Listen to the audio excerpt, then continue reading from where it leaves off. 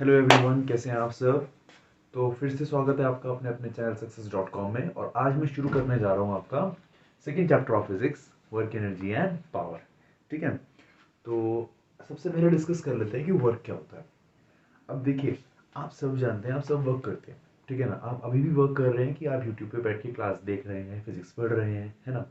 मैं भी वर्क कर रहा हूँ कि आपके लिए पढ़ा रहा हूँ, वीडियो रिकॉर्ड कर रहा हूँ, ये सब काम है। कहते हैं हम काम कर रहे हैं, we are doing the work.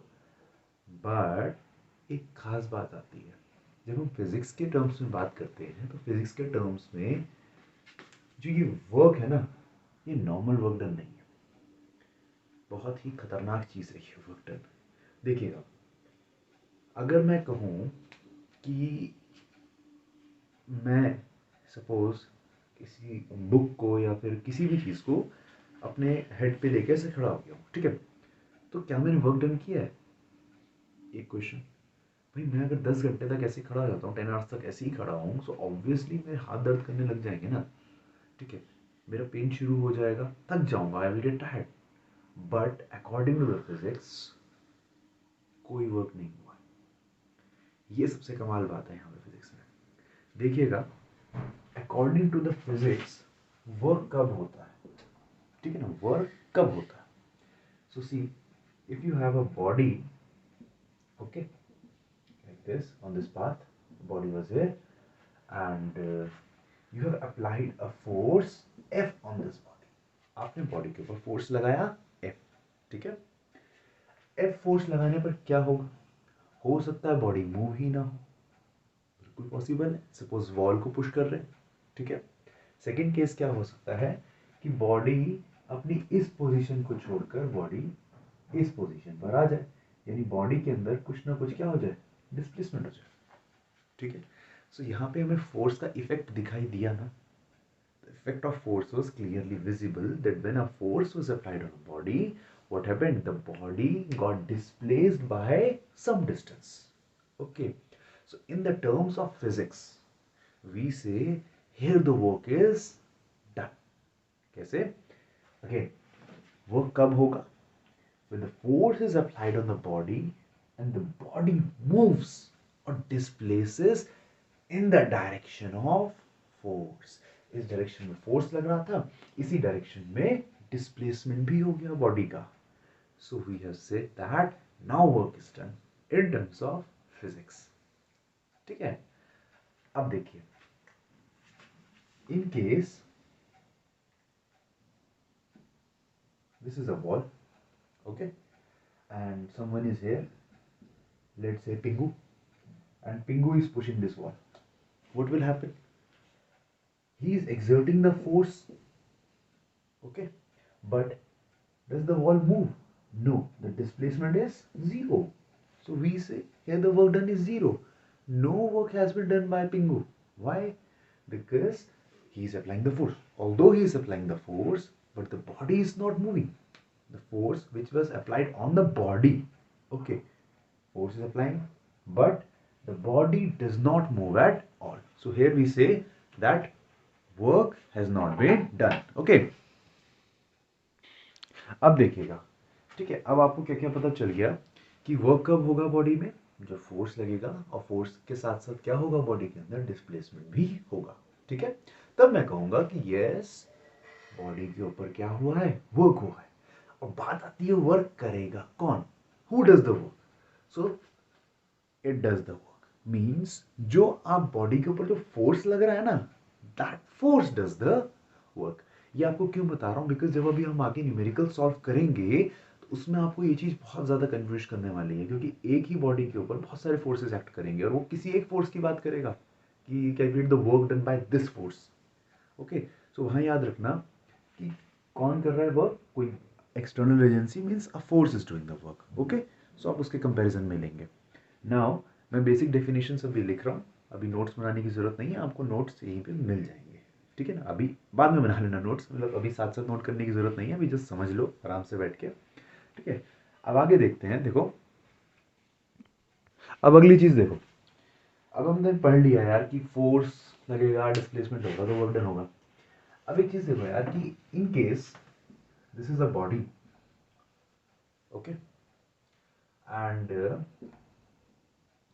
इस बॉडी के ऊपर एक फोर्स लगाया, मान लो 10 न्यूटन का, ठीक है, और बॉडी डिस्प्लेस हो गई मान लो 5 मीटर से डिस्प्लेस होके बॉडी यहाँ गई, ठीक है। इन केस इसी बॉडी के ऊपर अगर मैं फोर्स लगाता 20 न्यूटन का, तब क्या होता, हो सकता है ये बॉडी डिस्प्लेस होके कहाँ जाती, 10 मीटर आ जाती। यानी कि क्या समझ में आता है, सबसे पहली चीज क्या समझ में आती है, अगर मैं फोर्स ज्यादा लगा रहा हूँ तो हो सकता है डिस्प्लेसमेंट ज्यादा या जो भी चीज है, ठीक है। तो एक बात समझ के चलना, मैं अभी आपको क्या पढ़ा रहा हूँ, अभी ये देखते हैं कि वर्क डन किस किस के ऊपर डिपेंड करता है, the factors on which the work done depends. अभी हमने देखा फोर्स और डिस्प्लेसमेंट कैसे होता है। देखो, आपने जितना ज्यादा फोर्स लगाया उतना ज्यादा डिस्प्लेसमेंट होगा, और उतना ज्यादा ही क्या बोलूंगा मैं, हाँ हमने ज्यादा वर्क किया है। मैं ज्यादा फोर्स लगा रहा हूँ ना, तो मैं क्या कहूंगा, मैंने ज्यादा वर्क किया है, ठीक है, क्योंकि डिस्प्लेसमेंट तो हो ही रहा है बॉडी के अंदर। तो ज्यादा फोर्स लगाने का मतलब ज्यादा डिस्प्लेसमेंट, ठीक है। या ये भी हो सकता है कि कोई हैवी बॉडी है, वो भी 5 मीटर मूव करी, कोई दूसरी बॉडी वो भी 5 मीटर मूव करी, कोई इशू नहीं, वो भी हो सकता है, लेकिन फोर्स ज्यादा है ना, सो मीन्स फोर्स ज्यादा, सो वर्क भी ज्यादा, ठीक है। फिर एक चीज ये हो सकती थी, एक कंडीशन, कि आपने फोर्स लगाया 5 न्यूटन का एंड बॉडी डिस्प्लेस हो गई 5 मीटर से, थोड़ा सा आगे आ गई बॉडी, ठीक है। सेकेंड केस क्या हो सकता था कि अब आपने फोर्स तो 5 पे लगाया किसी और बॉडी पे, वो बॉडी डिस्प्लेस हो गई मान लो 10 मीटर डिस्प्लेस हो गया। यहाँ पे क्या है, डिस्प्लेसमेंट ज्यादा है, तो मैं कहूंगा उसी फोर्स ने ज्यादा डिस्प्लेसमेंट किया, क्लियर। सो यहाँ भी तो वर्क डन ज्यादा हो गया, क्यों, वर्क डन दो चीजों पे डिपेंड कर रहा है, एक फोर्स पे और एक डिस्प्लेसमेंट के ऊपर, ओके। जब फोर्स ज्यादा था तब मैंने कहा वर्क ज्यादा है, जब डिस्प्लेसमेंट ज्यादा था मैंने कहा वर्क अगेन ज्यादा है, ठीक है। So now we have two factors on which the work done on a body depends. कौन कौन से दो फैक्टर्स है, number one factor, the force applied on body, the greater will be the force, the greater will be the work done, okay. Second one is the displacement done by the body, okay. जितना ज़्यादा body displace होगी, the more the displacement, we can say the more will be the work done of the body. I hope ये चीज़ आपको clear हो गई होंगी, ठीक है। अभी आप इन चीज़ों के नोट्स बना लेना, मैं थोड़ी पॉज करके इसको बना लेता हूँ, ठीक है। अगले सेकंड आपके स्क्रीन पे नोट्स इसके आने वाले हैं, सो आप इसको नोट कर लीजिएगा। देखिए, अब आपके सामने ये नोट्स आ गए हैं, ठीक है। बेसिक डेफिनेशन है बस, work is said to be done only when the force applied on a body makes the body move, okay. If no displacement work done equals to zero, बता दिया आपको, ठीक है। Factors on which work done depends, किस किस पे depend करेगा, सबसे पहले तो डिपेंड करेगा magnitude of the force applied, जितना फोर्स अप्लाई करोगे उसके ऊपर डिपेंड करता है आपका वर्क डन, ठीक है। नेक्स्ट फैक्टर आता है डिस्प्लेसमेंट ऑफ बॉडी, जितना ज्यादा डिस्प्लेसमेंट होगा more the displacement more will be the work done. देखिए, फोर्स अप्लाइड को कैसे लिखते हैं हम लोग, एफ से, एंड डिस्प्लेसमेंट को रिप्रेजेंट करते हैं हम लोग कैपिटल एस से, you know that very well, ठीक है। तो मुझे यहाँ से क्या समझ में आ रहा है कि जो मेरा वर्क डन है वो दो फैक्टर्स के ऊपर डिपेंड कर रहा है ना, फोर्स और डिस्प्लेसमेंट के ऊपर, ठीक है। अब जरा ये चीज को बहुत ध्यान से समझना, क्लियर। वर्क डन दो फैक्टर्स के ऊपर डिपेंड किया, लेकिन अब कैसे डिपेंड कर रहा है, इनके बीच में कुछ ना कुछ रिलेशन तो होगा। अब रिलेशन देखिए कैसे बनाएंगे, देखो मैंने कहा, आप खुद सोचो, दिस पेन को मैं अपने यहाँ रख देता हूँ, ठीक है। मैं इसके ऊपर कोई फोर्स लगाता हूँ, डिस्प्लेसमेंट हुआ, okay, work done is there.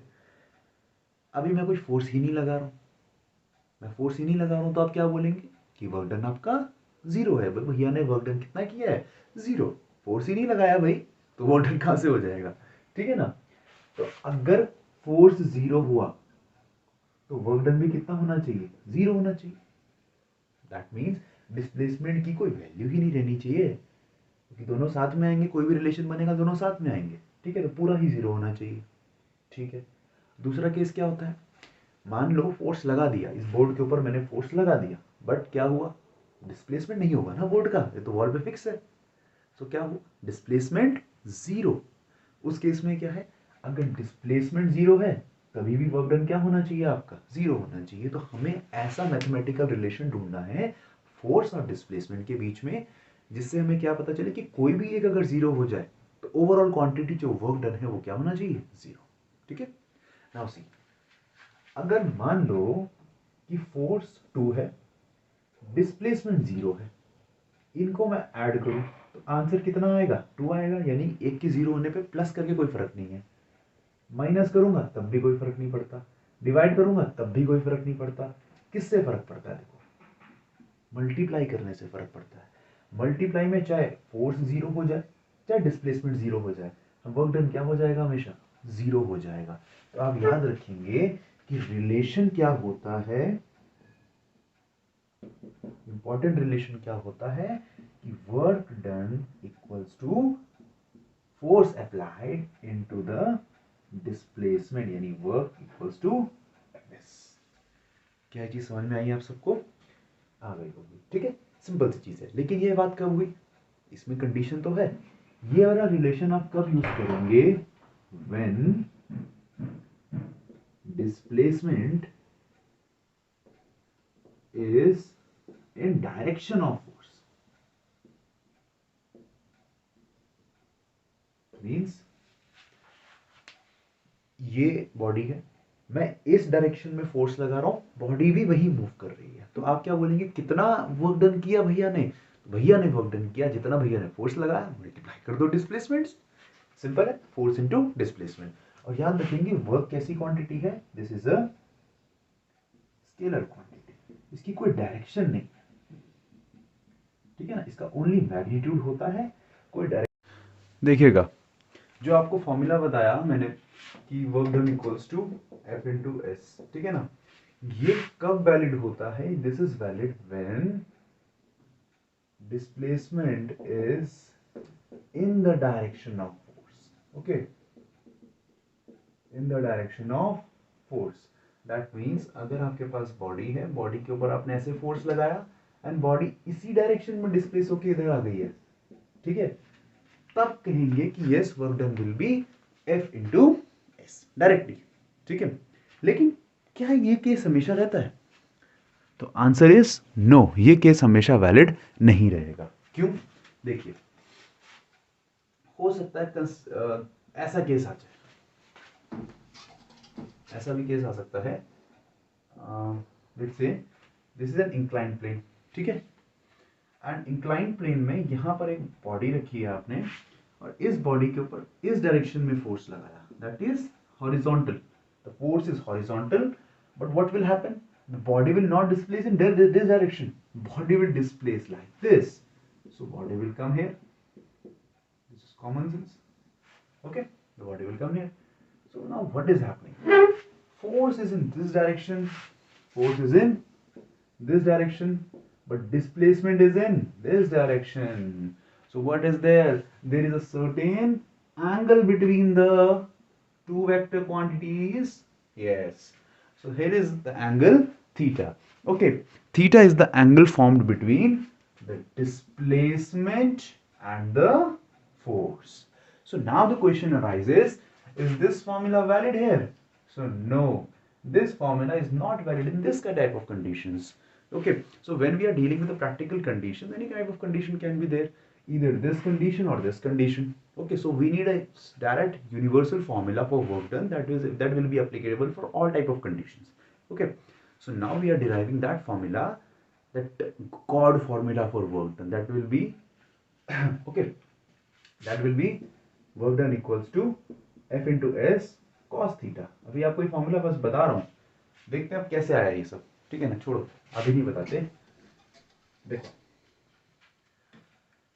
ये आपका एक सेटअप है, ठीक है, कि आपका फोर्स ऐसे लग रहा था and displacement is in this direction. So देखिए, सिंपल सी कहानी है, दोनों वेक्टर हैं। आपने अगर ध्यान दिया हो कभी बेसिक ट्रिग्नोमेट्री पे या बेसिक वेक्टर्स पे, तो अगर कोई भी वेक्टर है, ठीक है ना, वेक्टर है डिस्प्लेसमेंट वेक्टर, ठीक है, तो इस डिस्प्लेसमेंट वेक्टर अगर यहाँ से थीटा डिग्री का एंगल बना रहा है तो उसको दो कंपोनेंट्स में रिजॉल्व कर सकते हैं।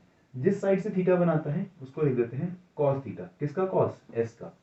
इस वाले को लिख दूंगा S sine theta. So these are the perpendicular components of this displacement vector. किसी भी वेक्टर के दो कंपोनेंट हो सकते हैं जो आपस में परपेंडिकुलर होते हैं, mutual perpendicular. Okay, so these are the cos theta and the sin theta. Okay, horizontal and vertical components. Okay, now see, here we can split this s like this. How now see, ये जो force था वो ऐसे लग रहा था, displacement ऐसा हो गया। इस लाइन को ज्वाइन कर देते हैं, मतलब इस सेंटर से, let's say here, okay, this point is, let's say, A, this is B, and this is C. So this is a triangle, this angle is 90, this angle is theta. So applying basic trigonometry in this triangle ABC, I can see this is theta, this will be perpendicular, and this will be hypotenuse, and this will be base. Okay, so what is the relation we have to find out? Force, and I have to find the displacement in the direction of force, क्योंकि अब तक तो वही पढ़ा है ना। Force के direction में अगर डिस्प्लेसमेंट का कुछ मिल जाता ना तो यार सॉल्व करना बड़ा आसान हो जाना था। तो क्या किया मैंने कि मैं डिस्प्लेसमेंट का कंपोनेंट फोर्स के डायरेक्शन में, यानी इस लाइन के अलाउंग फाइंड करूंगा। तो इस लाइन के अलाउंग क्या आ रहा है बेटा, बेस, और डिस्प्लेसमेंट कहाँ है, हाइपोटेनियस। हाइपोटेनियस और बेस में रिलेशन क्या होता है, मुझे पता है हाइपोटेनियस और बेस में रिलेशन होता है cos थीटा। कितना होता है, base upon hypotenuse. Okay, base क्या है मेरा बेटा, यहाँ पे बेस है AC। ओके, एंड हाइपोटेनियस कितना है, हाइपोटेनियस है मेरा displacement S। So what can I write, I can write AC equals to S cos theta. Okay, यानी AC वाली लाइन को क्या लिख सकता हूं, मैं लिख सकता हूं S cos थीटा। देखो हो गया जादू, यही फोर्स यही डिस्प्लेसमेंट, तो क्या लिखेंगे, work done equals to F into S cos theta. Formula is derived. Very simple formula, and this is the universal formula or the best formula for work done. Any situation. Okay, it can fit in any situation. This one. Clear? Now see. अभी हमने displacement को resolve किया था ना। अब ये भी हो सकता है कि फोर्स नाराज हो जाए। फोर्स कह रहा है यार कि तुमने यार डिस्प्लेसमेंट को तो रिजॉल्व कर दिया, मेरे को वो रिजॉल्व कर दिया, मेरे को नहीं किया। तो एक बार फोर्स को भी रिजॉल्व करके देखते हैं कि अगर फोर्स को हम रिजॉल्व करें तो कैसे निकलेगा। देखो, अगर आपको ये डेरिवेशन याद रहे तो भी अच्छी बात है, नहीं रहे तो भी अच्छी बात है, कोई भी एक तरीका आप याद रख सकते हैं, ठीक है ना। So this was the derivation of Fs cos theta by resolving the displacement, okay, by finding the component of displacement in the direction of force. Now we are studying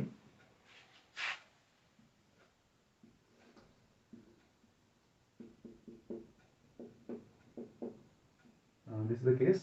Okay, now we are studying that we are finding the component of force in the direction of displacement. Similar case is there, theta angle. कैसे होगा, देखो force ऐसे था, ठीक है, इस direction में, तो मुझे फोर्स को कैसे फाइंड करना है, इस थीटा एंगल पे ऐसे फाइंड करना है। देखो ऐसे था ना, ऐसे करना है, तो मैं क्या करूंगा, इसको पीछे ऐसे खींच लिया, ठीक है। नाउ यहाँ पे एक परपेंडिकुलर अगर ड्रॉ कर लूं, देखो एक ट्रायंगल बन रहा है यहाँ पे। अब इस ट्रायंगल बनने से क्या हुआ, ये एंगल थीटा है, तो ये वाला एंगल ही बच्चों कितना हो गया, थीटा हो गया ना। नाउ सी, ये फोर्स, ये थीटा, तो अभी आपको ट्रिग्नोमेट्री बताया था ना, ये कितना हो जाएगा, ये वाला साइड कितना हो जाएगा, F cos theta. Basic trigonometry है, ठीक है। तो देखो F cos थीटा ऐसे जा रहा है, डिस्प्लेसमेंट भी ऐसे जा रहा है, तो क्या लिखूंगा, वर्क डन हो जाएगा F cos theta into S, और दूसरा इसको अरेंज कर लो तो Fs cos theta. Same answer आ रहा है, ठीक है। सो याद रखेंगे कि आपका जब भी आपको वर्क डन का फॉर्मूला यूज करना है तो कौन सा फॉर्मूला यूज करेंगे, हमेशा Fs cos थीटा को ही यूज करेंगे। क्लियर? जो आपको पहले वाला फॉर्मूला बताया था मैंने, वो भी इसी फॉर्मूले से निकलता है, ठीक है। अभी हम देखेंगे कैसे।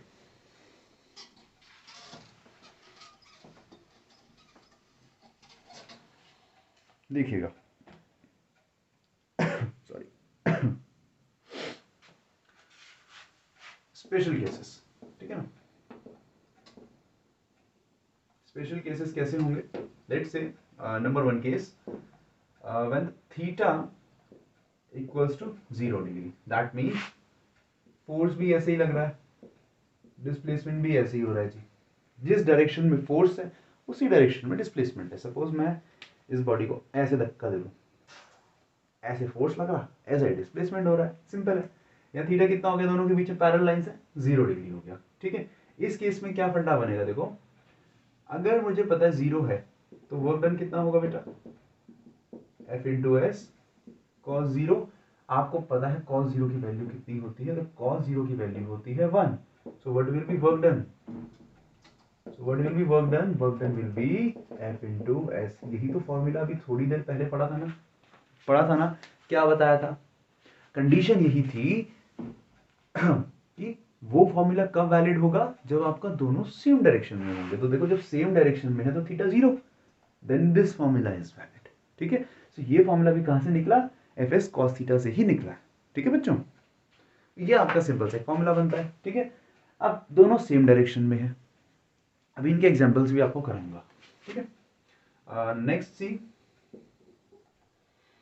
When theta equals to 180 degree, 180 means force लग रहा था ऐसे और डिस्प्लेसमेंट हो गया जी उल्टा, उल्टा हो गया। आप कहेंगे यार ऐसा कैसे हो सकता है, तो जी हो सकता है, बिल्कुल हो सकता है, देखेंगे अभी केस। ठीक है ना, जब एग्जांपल बताऊंगा इसके। तो 180 डिग्री अगर ऐसा केस आ गया तब क्या होगा, तो तब हो जाएगा work done equals to F into S cos 180। और याद रखना कॉस 180 की वैल्यू होती है -1।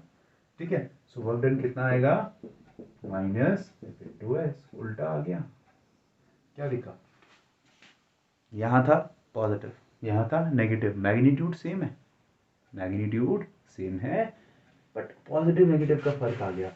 इस केस में क्या बोलूंगा, जब थीटा जीरो है, here is the positive work done. बहुत इंपॉर्टेंट कंडीशन, इसको बस क्या बोलते हैं, पॉजिटिव वर्क डन। याद रखेंगे, एक नंबर में क्वेश्चन आएगा, when will be the work done positive, so when the displacement and the force are in the same direction, then the work done is positive. Okay, next, theta अगर 180 है, उल्टा है, देखो उल्टे काम कर रहे हैं ना, उल्टे काम क्या होते हैं, नेगेटिव होते हैं ना, उल्टे बच्चों को नेगेटिव बोला जाता है, सारे उल्टे काम नेगेटिव होते हैं। देखो कैसे, मैंने कहा इधर काम करो, तुम ये काम करो, लेकिन नहीं, हम क्यों करेंगे काम, हम तो उल्टे काम करेंगे ना। तो उल्टे काम करेंगे क्या होगा, मैं बोल रहा हूँ वहां जाओ, तुम जा रहे हो वहां, तो बोलूंगा बच्चा मेरा बेकार है, नेगेटिव है। तो फोर्स डाल रहा था उधर, जबरदस्ती डिस्प्लेसमेंट किया उधर, तो वर्क डन कैसा है, नेगेटिव आ गया ना। याद रखना this is the case of negative work done. ठीक है, थर्ड केस देखो, थर्ड केस हो सकता है कि थीटा आपका 90 डिग्री हो। 90 मींस फोर्स मान लो ऐसा है, डिस्प्लेसमेंट मान लो ऐसा है, 90 डिग्री का एंगल बन रहा है। अब जरा मुझे बताएंगे कि cos 90 भैया कितना होता है, तो हमें पता है ये शून्य होता है, जीरो होता है। तो क्या हो गया, वर्क डन भी कितना हो गया, zero. So this is the condition for zero work done. ठीक है, जीरो वर्क डन की कंडीशन क्या बनती है बच्चों, कि जब थीटा किसके बीच में, फोर्स डिस्प्लेसमेंट के बीच में थीटा कितना हो जाए, 90 degree, then the work done is zero. Clear, these are some special cases, ये आपको याद रखने हैं, आपसे एग्जाम में पूछे जाते हैं। नाउ इसके एग्जांपल देखते हैं कुछ। ठीक है ना, सपोज पहले वाले का देखते हैं, पॉजिटिव वर्क डन का। पॉजिटिव वर्क डन का अगर हम एग्जांपल देखें तो फ्री फॉल, किसी बॉडी का फ्री फॉल अंडर ग्रेविटी। ठीक है, देखो क्या हुआ, गिरा, किसने गिराया, मैंने तो कुछ नहीं किया, ग्रेविटी ने किया। ग्रेविटी का फोर्स कहां था, नीचे, और बॉडी भी कहां आई, नीचे। दैट मीन्स ये भी नीचे, ये भी नीचे, तो एंगल कितना हो गया भैया जी, आपस में एंगल कितना हुआ, जीरो हुआ ना। तो जीरो का मतलब जब भी फ्री फॉल होगा तो वर्क डन कैसा होगा, पॉजिटिव होगा। फ्री फॉल कौन करवा रहा है बच्चों, ग्रेविटी करवा रही है। ठीक है, so work done bye gravitation, मेरे वर्ड्स पे जरा ध्यान देना, work done by gravitational force is positive. ठीक है, why positive, because the force, the weight is acting downwards, and same the displacement, the body displaces downwards, okay, it falls downwards, that's why the angle is zero and the work done is positive. ठीक है, next case. Now इसी body को ले लेते हैं कि ground पे थी, अब मैंने फोर्स लगाया और इस बॉडी को लिफ्ट किया, फोर्स लगाया और बॉडी को लिफ्ट किया। अब क्या हुआ, मैं अपने फोर्स की बात कर रहा हूं, मैं अपने फोर्स की बात कर रहा हूं, मैं कहां फोर्स लगाऊंगा, ऊपर की तरफ, तो मेरा फोर्स ऊपर, डिस्प्लेसमेंट भी ऊपर, तो work done bye me is again positive. Okay, but इस केस में ग्रेविटी का क्या रोल था, अगेंस्ट द ग्रेविटी गए ना हम, ग्रेविटेशन फोर्स क्या चाहता है, इसको नीचे लाना। हम कहाँ लेके जा रहे हैं, ऊपर। तो ग्रेविटी तो अब भी लग रही है, ग्रेविटी तो अब भी इसको नीचे खींच रही है, लेकिन हम लेके जा रहे हैं ऊपर। तो क्या हो रहा है, एक तरफ था डिस्प्लेसमेंट, दूसरी तरफ था फोर्स, उल्टा हुआ। उल्टा काम क्या होता है, नेगेटिव होता है। तो याद रखना, whenever you do work against gravity, that work will be negative. ठीक है ना। ये केस कब आता है, वर्क डन अगेंस्ट ग्रेविटी। जब भी आप ग्रेविटी के अगेंस्ट चलते हो तो वो कैसा वर्क डन होता है बच्चों, वो हमेशा नेगेटिव वर्क डन होता है। ठीक है, आगे देखेंगे। अब जीरो वर्क डन में 90 वाला कंडीशन इंपॉर्टेंट कंडीशन है। ये कंडीशन कब आता है बच्चों, सर्कुलर मोशन। सर्कुलर मोशन में ये बॉडी है, ठीक है, ये सर्कल का सेंटर है। आपको पता है किसी भी सर्कुलर मोशन में सेंट्रीपिटल फोर्स एक्ट करता है। फोर्स किस डायरेक्शन में है, towards the centre, and the body displaces like this like this. तो डिस्प्लेसमेंट कैसे निकलता है, डिस्प्लेसमेंट की डायरेक्शन क्या होती है, टेंजेंशियल होती है ना। फर्स्ट चैप्टर में पढ़ा होगा आप लोगों ने यूनिफॉर्म सर्कुलर मोशन में, कि डायरेक्शन कैसी होती है, tangential. Now see, this is the tangent, this is the radius. Tangent और रेडियस के बीच में बेटा एंगल होता है हमेशा 90 डिग्री का, सर्कल की प्रॉपर्टी है, आपने पढ़ा होगा। ठीक है, तो थीटा एंगल 90 हो गया इन दोनों के बीच में, तो वर्क डन कितना आ गया बच्चों, 0। तो याद रखेंगे कि whenever the body is revolving in a circular path, किसी भी सर्कुलर पाथ में, चाहे वो थोड़ी रिवॉल्व करे, पूरी रिवॉल्व करे, जैसे भी रिवॉल्व करे, वर्क डन क्या होगा, नेगेटिव होगा। ठीक है, जितने भी प्लैनेट्स हैं, देखो हजारों सालों से घूम रहे हैं, कहाँ काम धंधा कुछ नहीं है उनका, कोई वर्क डन नहीं किया उन्होंने आज तक भाई, कुछ भी नहीं किया। बताओ, फिजिक्स कह रही है कुछ भी नहीं किया, भगवान जी नाराज हो जाएंगे, बताओ फिजिक्स वालों से। तो क्या बोलते हैं, देखो वर्क डन क्यों नेगेटिव हो गया, डिस्प्लेसमेंट था ऐसे, फोर्स था ऐसे, टाटा बाय बाय, खत्म हो गया, ये हो गया। देखो, तो अब क्या बात आती है हमारा, ये हमने कंडीशंस पढ़ ली, यहाँ हमने एग्जांपल्स भी देख लिए। अब एक बहुत बहुत बहुत इंपॉर्टेंट है यार, इसको बता के चलते हैं, conditions for zero work done.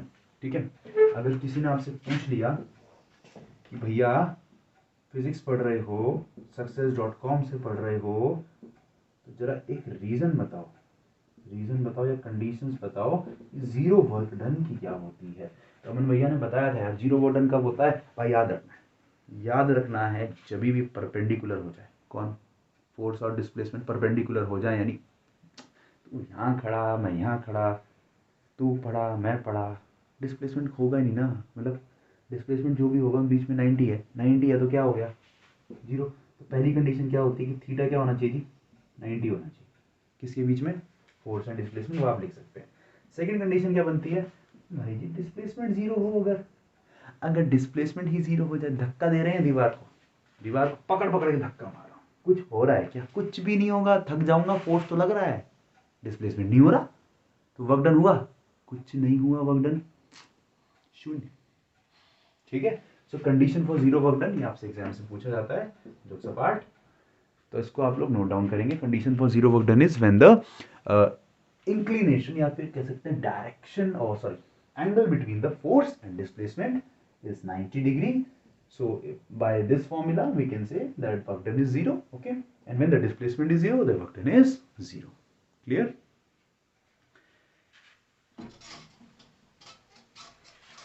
Now see the next condition. Now condition नहीं है, बड़ी प्यारी सी चीज है, अभी जो पढ़ाया थोड़ा उसको अच्छे से देख लेते हैं। Work done by force of gravity, ये आपसे ना न्यूमेरिकल में पूछा जाएगा, और डायरेक्ट भी क्वेश्चन आ सकता है कि ग्रेविटी कितना काम करती है जी बॉडी के ऊपर, कितना काम करती है, सिंपल से देखेंगे। देखो कोई बॉडी है, ये इस बॉडी का मास कितना है भाई, एम है, ये हमारी धरती माता है। कंडीशन ले रहा हूं मैं फ्री फॉल, फ्री फॉल मतलब बॉडी को सीधा छोड़ा, गिर गई नीचे, पैर नहीं गिराऊंगा। अब देखो अर्थ कितने पुल लगाएगी, कितना पुल लगाती है, हमारे वेट के बराबर, हर बॉडी के वेट के बराबर लगता है ना ग्रेविटेशन पुल। देखो m है तो वेट कितना होगा बच्चों, एम जी। मान लो कि h हाइट से बॉडी गिरी, ठीक है, तो फोर्स कितना लगा, धरती माता ने फोर्स लगाया एम जी, डिस्प्लेसमेंट हो गया बच्चों h, and what was the theta, ding ding ding ding और डिंग डिंग, तो थीटा कितना है, जीरो है ना। सो हियर क्या होगा बच्चों, work done equals to force into displacement, क्योंकि कॉस थीटा 0 हो गया, सो लिख लेते हैं कॉस 0, ठीक है।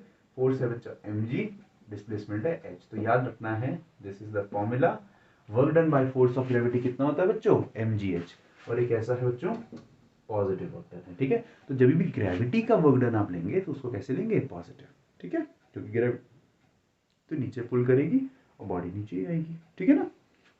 नाउ अब होता है वर्क डन अगेंस्ट ग्रेविटी, अब ये जैसे आपको थोड़ी देर पहले बताया था अगेंस्ट ग्रेविटी, अब जब उल्टे काम करोगे तो भैया नेगेटिव ही आएगा ना, ठीक है, मैग्नीट्यूड वही रहेगा, कैसे, ये बॉडी थी, इसका वेट लग रहा है भाई mg, इसको उठाकर h हाइट पे ले आया, यहाँ पे ले आया, इधर ले आया इस बॉडी को, क्या हुआ, आपने तो आपका वर्क डन, इस केस में जो आपका वर्क डन है वो तो पॉजिटिव है, लेकिन ग्रेविटी का वर्क डन क्या होगा, या बात करेंगे अगर हम सीधा सीधा बात करें, इस केस में बात करें कि व्हेन बॉडी लिफ्टेड, ठीक है ना, व्हेन बॉडी लिफ्टेड, इसको अगेंस्ट ग्रेविटी लिखते हैं, इसको ऐसे लिखते हैं when the body is lifted.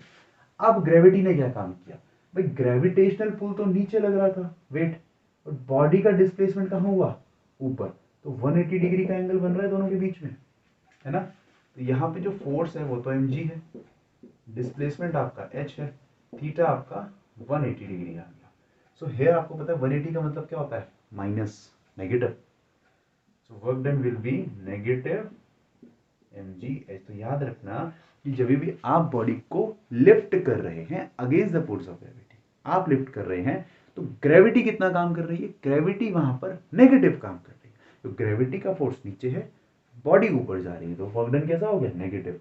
लेकिन लेकिन लेकिन जब आपका, अगर यहां पे हमने कौन सा फोर्स कंसीडर किया है, mg, नीचे लगने वाला ड्यू टू ग्रेविटी, ठीक है।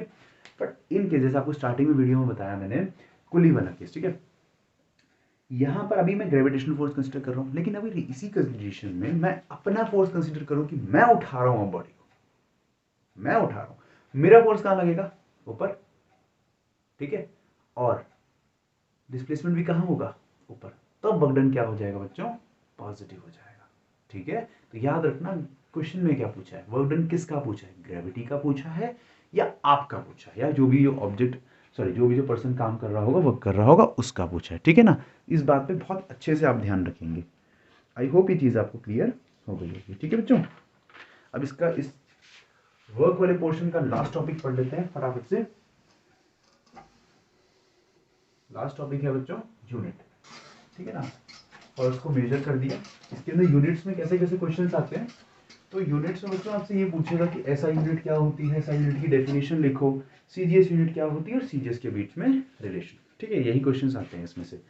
तो बहुत इंपॉर्टेंट, 5 मिनट्स लगेंगे और आपका वर्क का पूरा टॉपिक कंप्लीट हो गया, ठीक है ना। यूनिट्स ऑफ वर्क, देखो बच्चों यूनिट्स ऑफ वर्क में कैसे पढ़ेंगे हम लोग, सबसे पहले देखो वर्क डन का फॉर्मूला, हमेशा किसी की यूनिट निकालनी है तो फॉर्मूले में से ही निकलेगी, ठीक है, एफ कॉस थीटा, ओके। बात करते हैं ऐसा यूनिट्स की, ठीक है, और सीजीएस यूनिट की बात भी कर लेते हैं, ठीक है। तो ऐसा यूनिट किसकी निकाल रहा हूं, वर्क की, सीजीएस यूनिट भी वर्क की, तो कैसे निकलेगा बेटा, फोर्स की ऐसा यूनिट क्या होती है जी, न्यूटन, फोर्स की सीजीएस यूनिट क्या होती है, डाइन, डिस्प्लेसमेंट की ऐसा यूनिट क्या होती है, मीटर, डिस्प्लेसमेंट की सीजीएस यूनिट सेंटीमीटर, इसकी यूनिट नहीं होगी, ठीक है। तो क्या निकला, ऐसा यूनिट होगी बेटा न्यूटन मीटर और सीजीएस यूनिट हो गई 9 सेंटीमीटर, खत्म कहानी, नहीं खत्म। न्यूटन मीटर का नामकरण कर दिया, इसको बोलते हैं हम लोग जूल, इसका नामकरण संस्कार करके एक नया नाम दे दिया जूल। तो याद रखेंगे बच्चों कि कभी भी आपसे पूछे ऐसा यूनिट ऑफ वर्क तो क्या होती है बच्चों, जूल होती है, क्लियर। नेक्स्ट सीजीएस यूनिट क्या है, डाइन सेंटीमीटर, तो इसको भी दूसरा नाम दे दिया, इसको बोलते हैं ERG, अर्ज, कुछ लोग इसको अर्ज बोलेंगे, कुछ इसको अर्ज बोलेंगे, मैं अर्ज बोलता हूँ, ठीक है, प्रोनाउंसिएशन आई थिंक अर्ज ही है इसका, ठीक है। तो सीजीएस यूनिट आ गई अर्ज, ऐसा यूनिट हो गई जूल। तो जो 1 नंबर का क्वेश्चन है यहाँ से बनेगा आपका, पक्का है, 1 मार्क्स इसमें से आता ही आता है, ठीक है, तो इसको छोड़ना क्यों है, पर अभी पढ़ लो यार, जूल, जूल का SI क्या हो गया, अर्ज, और दोनों किसकी यूनिट है, यूनिट्स ऑफ वर्क। अब अगर आपसे क्वेश्चन पूछ ले, वाइवा पूछ लिया क्वेश्चन, अर्ज किया है, अर्ज किया है, आप सोचेंगे शायरी पूछ रहा है, नहीं शायरी नहीं पूछ रहे हैं, क्या पूछेंगे, अर्ज किया है, तो आप क्या आंसर देंगे कि अर्ज क्या है, अर्ज ऐसा यूनिट ऑफ वर्क है। ठीक है, ये आपका आ गया। नाउ सी, बहुत इंपॉर्टेंट बता रहा हूं मैं, आपसे लिखिएगा डेफिनेशन, एक्सप्लेन 1 जूल। तो बताओ 1 जूल क्या होगा बच्चों, 1 जूल कब आएगा, जो 1 न्यूटन 1 मीटर होगा, 1 न्यूटन इंटू 1 मीटर 1 जूल होता है। इसकी डेफिनेशन लिखने के लिए आएगी तो बच्चों क्या बोलोगे कि 1 joule of work is done. ठीक है, 1 जूल वर्क की डेफिनेशन पूछेगा, डेफिनेशन बच्चों याद नहीं करनी, समझनी है, और आती है समझ के करना है, याद नहीं करना, मैंने भी याद नहीं करा, आप भी नहीं करोगे, समझेंगे और यहीं से लिखेंगे। देखो 1 जूल का वर्क डन होगा बच्चों, सीधा लिख देना। अब 1 जूल वर्क डन पूछ रहा है आपसे कि explain the 1 joule of work done, ठीक है, ऐसे पूछेगा। 1 joule of work is done कब, जब फोर्स कितना लगा 1 न्यूटन, डिस्प्लेसमेंट कितना हुआ 1 मीटर, खत्म कहानी। तो 1 joule of work is done when 1 newton force is applied on body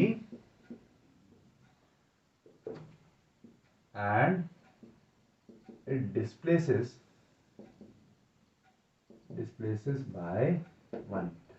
ठीक है, बॉडी कितने से डिस्प्लेस हो गई बच्चों, 1 मीटर से। ठीक है, तो दोनों 1 1 हो गया, तो आंसर किसमें आएगा, जूल में।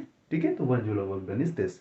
ऐसे सिमिलर आपसे पूछेगा कि 1 अर्ज कैसे होगा, तो आपको पता है 1 अर्ज क्या होगा, 1 सेंटीमीटर। ठीक है, कैसे लिखेंगे बच्चों इसमें, आप लिखेंगे सिंपल, इसी डेफिनेशन को चेंज कर देना, क्या लिखेंगे, 1 dyne of work is done when 1 urge of work is done when 1 dyne force was applied and the body displaces by 1 centimeter। Simple से। ठीक है, अब लास्ट टॉपिक आज की वीडियो का ये है relation between SI and CGS unit of work. बच्चों मैं आपको बता रहा हूँ ये बहुत इंपॉर्टेंट है, ये बहुत इंपॉर्टेंट है, इसको छोड़ के मत जाना कभी भी। एग्जाम में आप अगर वीडियो देख रहे हैं, कभी भी देख रहे हैं, तो इसको प्रैक्टिस जरूर कर लेना, आपसे जरूर पूछेगा। 1 नंबर में डायरेक्ट रिलेशन पूछ सकता है, इसका डेरिवेशन भी पूछ सकता है। कुछ नहीं करना, देखो आप आगे भी पढ़ेंगे फिजिक्स में, कहीं भी कोई भी ऐसा यूनिट CGS यूनिट के बीच में रिलेशन आए तो कुछ नहीं करना, आपको ऐसा यूनिट का लिख देना है। ठीक है, कैसे लिख देंगे, देखो ऐसा यूनिट क्या होती है बच्चों, 1 जूल। 1 जूल किसके बराबर होती है, हमें पता है 1 न्यूटन इंटू 1 मीटर के। अब सबको किसमें चेंज कर दो, SI सॉरी CGS में। देखो 1 न्यूटन क्या होता है, 10 टू द पावर 5 9। ठीक है, ये हमने फर्स्ट चैप्टर में भी पढ़ा है, 1 न्यूटन इक्वल्स टू 10 की पावर 5 9, फोर्स में पढ़ा है बच्चों। ठीक है ना, वीडियो देख लेना जिसको नहीं आती। तो टाइम में चेंज ये हो गया, अब मीटर को करना है सेंटीमीटर में, तो कैसे करेंगे, सबको पता है भाई 10 टू दी पावर 2 100 होता है ना, 100 सेंटीमीटर। तो मल्टीप्लाई करो, कितना आंसर आया कि 1 जूल इक्वल्स टू 10 की पावर 7 9 सेंटीमीटर।